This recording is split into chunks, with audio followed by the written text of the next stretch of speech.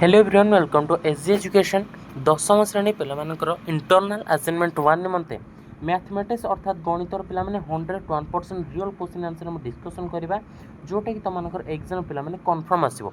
Okay तो जल्दी जल्दी सांग मानको शेयर करबा सो मेंबरशिप रे पिला माने जॉइन हे जाओ। Membership is the most important for you.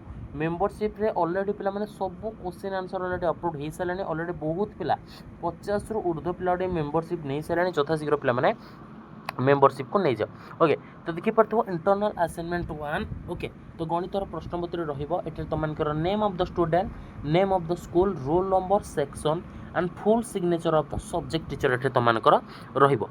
तो पीरियोडिक टेस्ट तमानकर पिला माने रहिबो एटे म तमानको देखि दोची।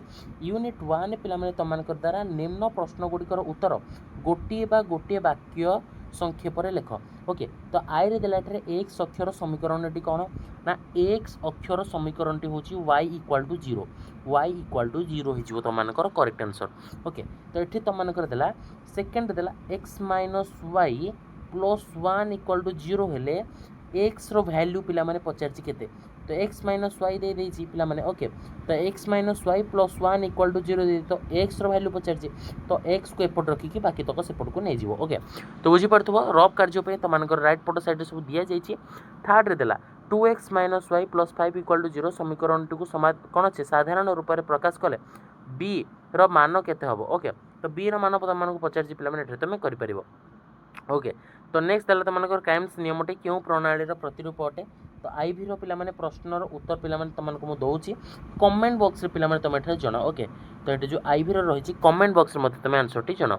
नेक्स्ट रहला तमानकर v रे a1 by a2 equal to b1 by b2 equal to c1 by c2 कौन अच्छी शर्त थी समीकरण द्वयर केतोटी साधारण कौन अच्छी केतोटी समाधान हम पिला माने। ओके तो ये तुम कर नेक्स्ट रही पिला माने यूनिट 2 पिला माने 5टी प्रश्न रहिबो प्रत्येकटी प्रश्न मूल्य तुमनकर 1 मार्क लाखे रहिबो।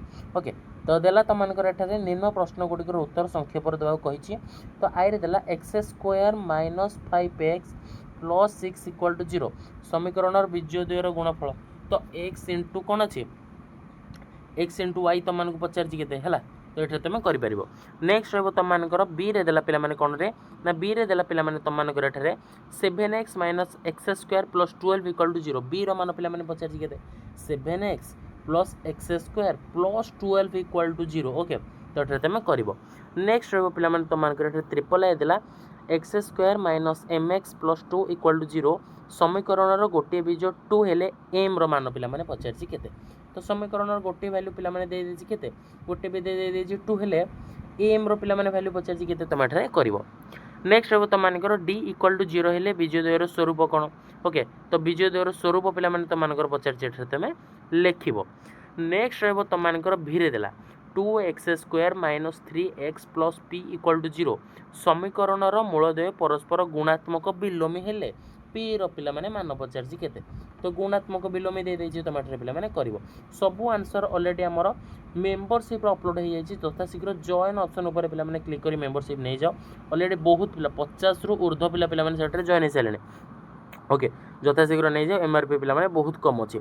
यूनिट 3 देला निम्न प्रश्न गुड़िकर उत्तर संक्षेपण लेख गोटे त्रिभुजर परिवृत्तर केन्द्र यार अंतर्देश अवस्थित हेले ताहा क्यों प्रकार त्रिभुज तो मोटे डायग्रामटा देखिए दूसरी गोटे त्रिभुजर परिवृत्तर केन्द्र गोटे त्रिभुजर परिवृत्त। ओके तो यही चारिपट देखिए तुमको वृत्तटा जाइए परिवृत्तर केन्द्र।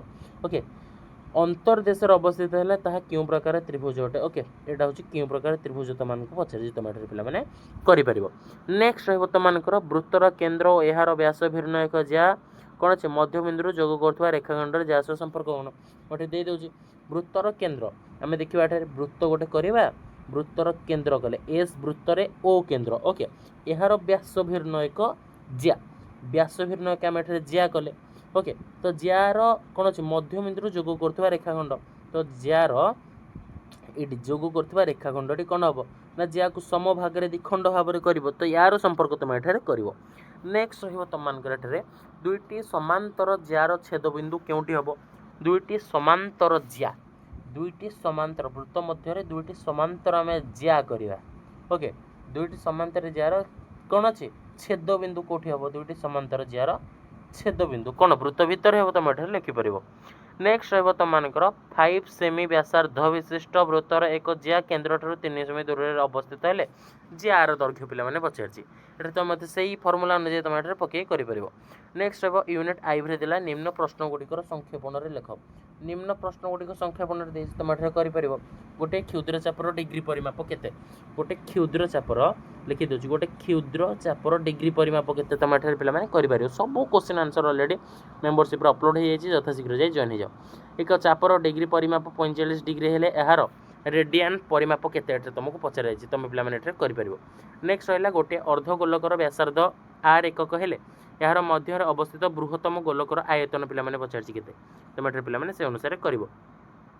नेक्स्ट रहला आईबी गोटे वृत्तर चापर दैर्घ्य उक्त चापर केन्द्रस्थ कोणर परिमाण किपरि संपर्कित तुम पिला माने एटा करिवो केन्द्रस्थ परिमाण रो किपरि संपर्कित तुम एटा करिवो। ओके तो नेक्स्ट हेबो तुम मानकर भीरे देला 7 सेमी व्यासार्ध विशिष्ट गोलकर आयतन केते 7 सेमी व्यासार्ध विशिष्ट गोलकर आयतन पिला माने पचारछि एटा तुम करिवो।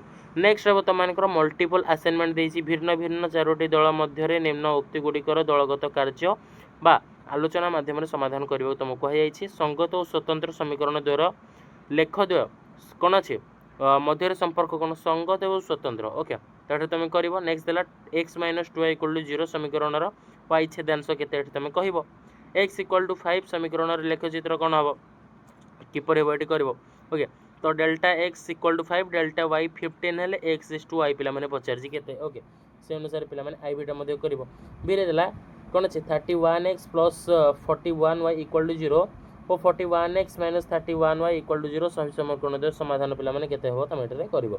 ओके नेक्स्ट हो तुम मानकर यूनिट 2 रे देला मल्टीपल असाइनमेंट रो ax² + bx + c = 0 द्विघात समीकरण 17 गण। ओके तो a is not equal to 0 तुम एटारे लिखिबो।